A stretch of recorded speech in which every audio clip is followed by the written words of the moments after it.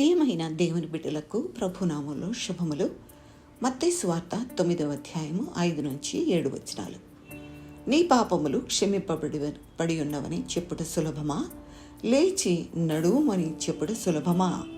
ఆయన పక్షవాయువు గలవాని చూచి నీవు లేచి నీ మంచమెత్తుకొని నీ ఇంటికి పొమ్మని చెప్పగా అని చూస్తాం. వ్యాధుల్ని పూర్తిగా నయం చేయడానికి దేవునికి ఉన్న శక్తిని తాను ప్రదర్శించడం ద్వారా పాపములను క్షమించే అధికారం దేవునికి ఉన్నట్టుగా తనకు కూడా ఉన్నదని యేసు ప్రభువారు నిరూపించారు. రోగాన్ని నయం చేసిన ఈ అద్భుతం ఆత్మ సంబంధంగా నయం చేయడానికి దృష్టాంతంగా సూచనగా కనబడతా ఉంది. ఇక్కడ క్షమాపణ వెనువెంటనే కృప ద్వారా స్వస్థత సమకూడింది. నిస్సహాయుడైన మనిషికి ఇది దేవుడు ఉచితంగా ఇచ్చినది.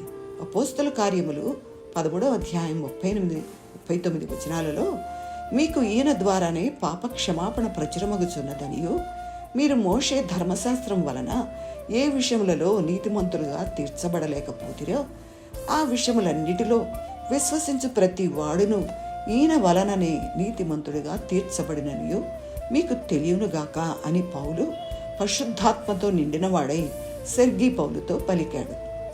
43వ వచనం 10వ అధ్యాయంలో పాప క్షమాపణ ప్రభువునందు విశ్వసించిన వారికి ఆయన నామము మూలముగా పొందుతారని పేతురు చెప్పాడు. 36వ వచనంలో యేసుక్రీస్తు అందరికీ ప్రభువు అని చెప్తూ పాప క్షమాపణ గురించి చెప్పాడు.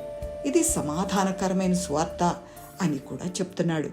ఎఫెసీయులకు రాసిన పత్రిక 1వ అధ్యాయం 7వ వచనంలో దేవుని కృపా మహదైశ్వర్యమును బట్టి ఆ ప్రియుని యందు ఆయన రక్తము వలన మనకు విమోచనము అనగా మన అపరాధములకు క్షమాపణ మనకు కలిగి ఉన్నది అంటున్నాడు.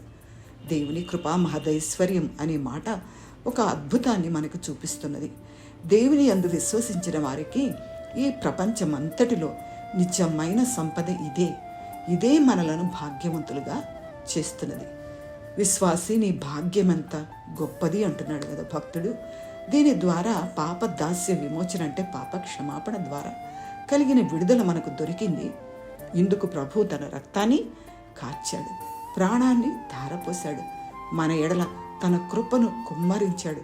దినము వెంబడి దినము కృప వెంబడి కృపను మనకు సమృద్ధిగా దయచేస్తున్న ఆ దేవాది దేవునికి వందనాలు చెల్లిద్దాం. దేవుని ఆశ్రయిద్దాం, కృపను పొందుకుందాం. దేవునికి స్తోత్రం. ఆమేన్.